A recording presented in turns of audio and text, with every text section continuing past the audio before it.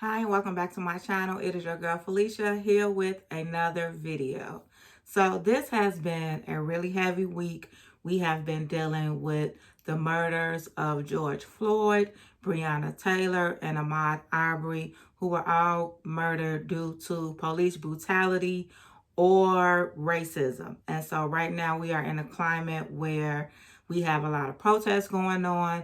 There is some looting in some cities, and people are speaking up and speaking out against police brutality and racism. And so I wanted to do something on my channel. So what I'm going to be doing is my usual wash day, but I am going to be using all Black owned products and just sharing some of my own experiences when it comes to racism and police brutality or just policing.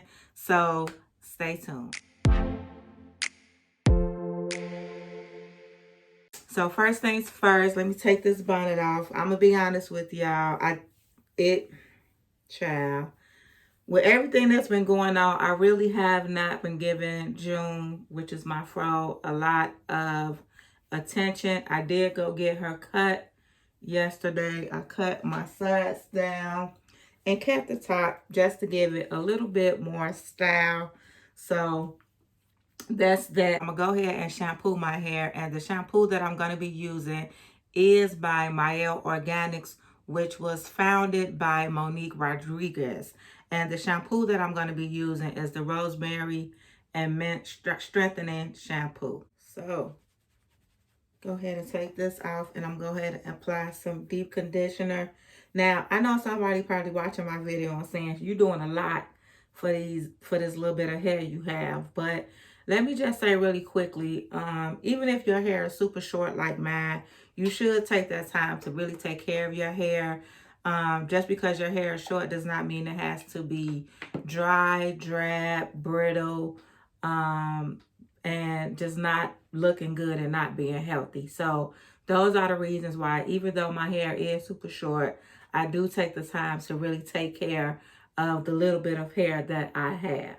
Now, I'm going to go ahead and apply the Mael Rosemary and Mint Strengthening Hair Mask to my hair, and I'm going to do this in sections like I said I was going to do. And what else was I work it from root to tip. That I wanted to share some of my experiences of, with police brutality and racism, because I faced it. I was born and raised on the south side of Chicago. I lived in Chicago just about all my life. And so I've seen racism and police brutality, firsthand. I've experienced it also.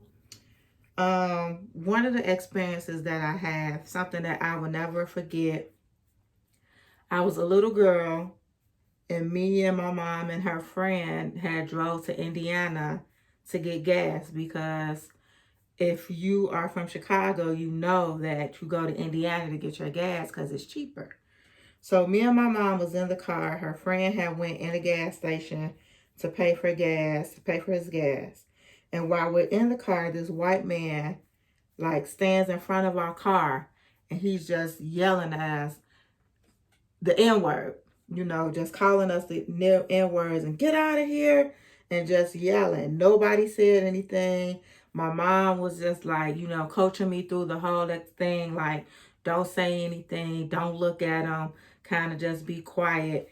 And he stood there for what seems like forever. I don't know if this man had a mental illness or if he was just really that hateful, but he stood there calling us that for, like I said, what seemed like forever. And I wasn't even 10 years old. And that's just something that I will never forget.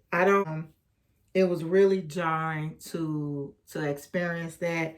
And like I said, it's something that I will never forget. And it just blows me, it blows me how people can be so hateful that you don't even know me. You don't even know people of different races. And you have all of these ideas and thoughts and this whole idea that you think you're better because your skin is lighter, it just baffles me. So that was one of my experiences um as a child, dealing with racism. And I've had all of the other experiences. One thing that really bothers me that I noticed maybe a couple of years ago, and it's probably had been happening for a very long time, but it really stood out to me a couple of years ago. And that is um,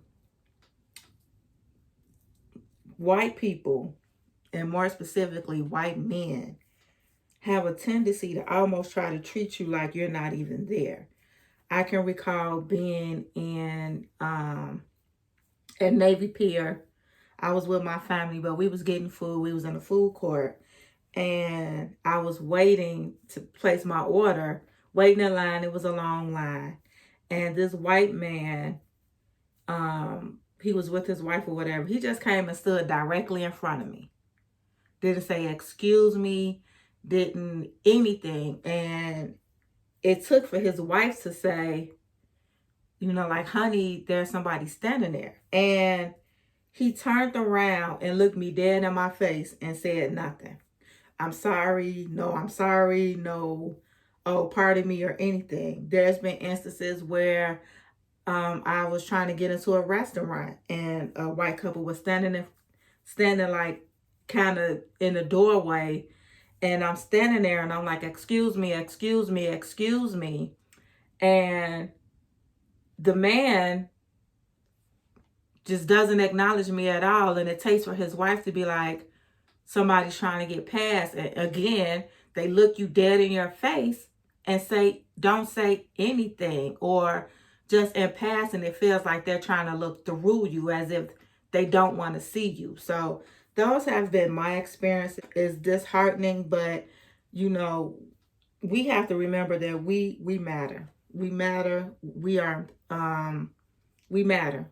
I don't want to start preaching or getting on here and making this a real long thing. So I've added this deep conditioner to my hair. I'm going to let it sit for about 15 minutes or so, rinse it out, and I'll be right back. So I rinsed out my hair mask, and after I rinsed out my hair mask, I did use a rinse out conditioner. I used an oldie but goodie, which is the Shea Moisture Coconut and Hibiscus. If you have natural hair, if you know Shea Moisture. Everybody knows Shea Moisture. It was founded by Richelle Dennis, which is a black man. He founded it in New York. So that's what I use to just add a little bit of moisture to my hair after I rinsed out my hair mask. Now I'm going to go ahead and style my hair. And I'm going to be using some Main Choice products to style my hair. Main Choice was founded by Courtney Adele. I hope I'm saying that correctly, which is also a black woman. The first thing that I'm going to use is the multivitamin scalp nourishing growth oil. I like to add a few drops to this to my hair. And if you're thinking like, well, why are you adding growth oil to your hair and you keep your hair short? Because sometimes, I be really trying to grow and I just don't have the patience. So we're just going to add a little bit of oil to my hair first and massage that in my scalp. Again, I said I was born and raised and I lived most of my life in Chicago. I was raised on the south side, but Chicago is very, very segregated. All of my life living in Chicago, I've always lived in predominantly black areas, and that's just how it is in Chicago. Even in grammar school, it was predominantly black. In high school, predominantly black.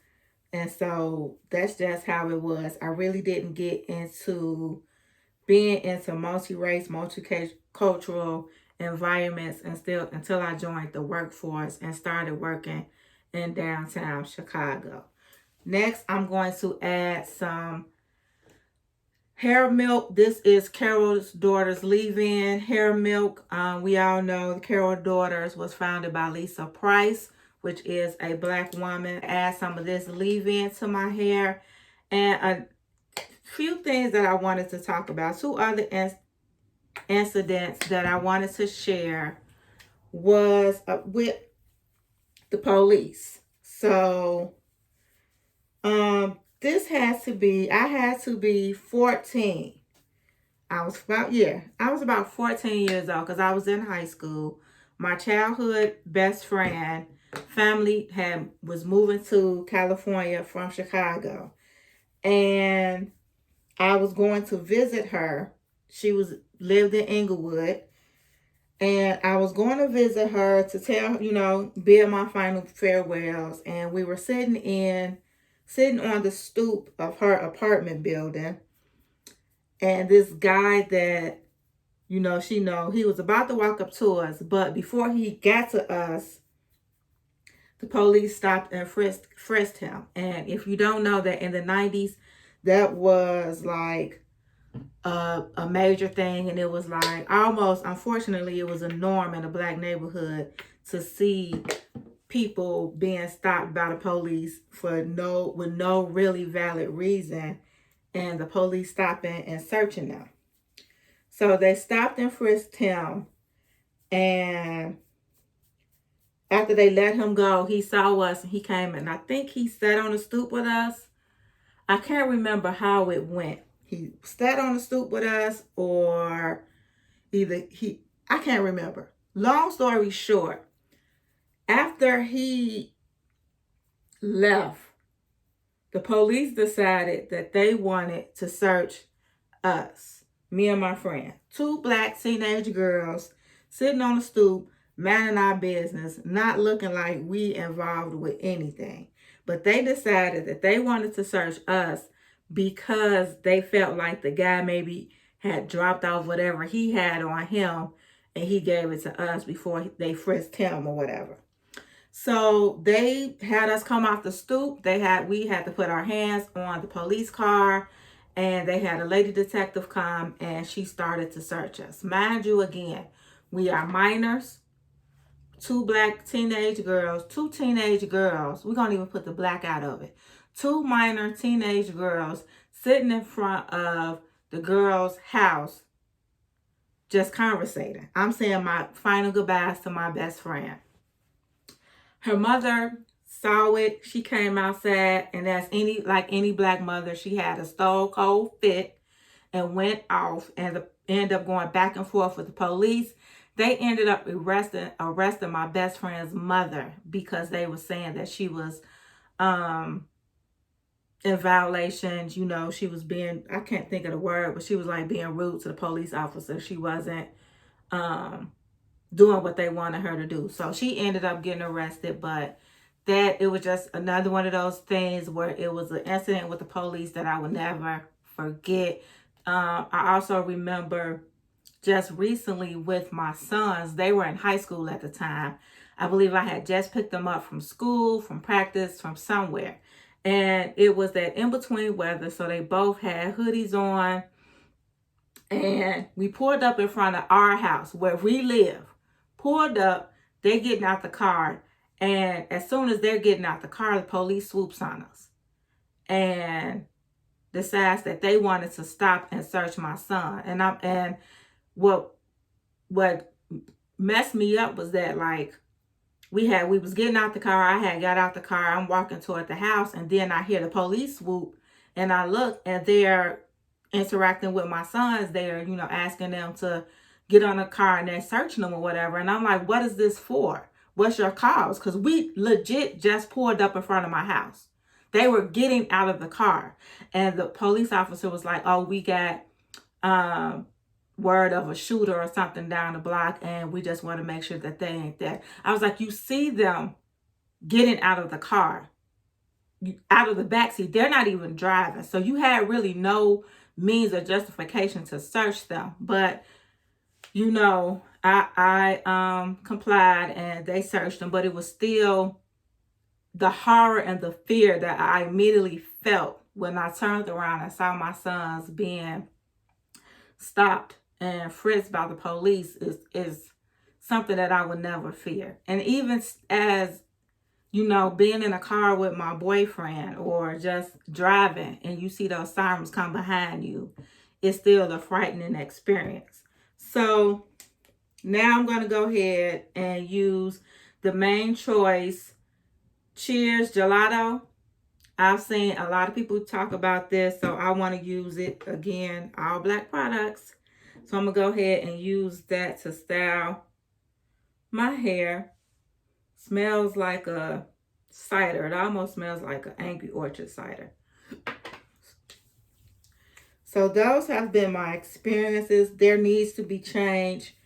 Like I said, I really don't want to get on here and start sharing a lot of my views and my thoughts, but I did want to share my experience, because you can't argue about my experience. So those have been my experiences. I'm gonna let my hair air dry. Like I said, I just really wanted to highlight some black owned businesses, some black owned hair companies, and just share my experiences. And let us all just, kind of maintain, during all this time, let's maintain, try to keep as much of your energy as you can, but also keep in remembrance of those who have lost their lives. I know in times like this, it can seem like there's, not much that you can do, but there is. Make posts, use the hashtags. If you have non-black friends, don't feel like you shouldn't have to teach them. Go ahead, share if you anything else, share your experiences with them. Let them know how you're feeling. If you want to protest, go ahead and protest. If you just want to sign a petition, go ahead and sign a petition. Just do whatever you can to be a part of the movement. I hope you guys stay safe, and I'll see you in my next video. Be blessed.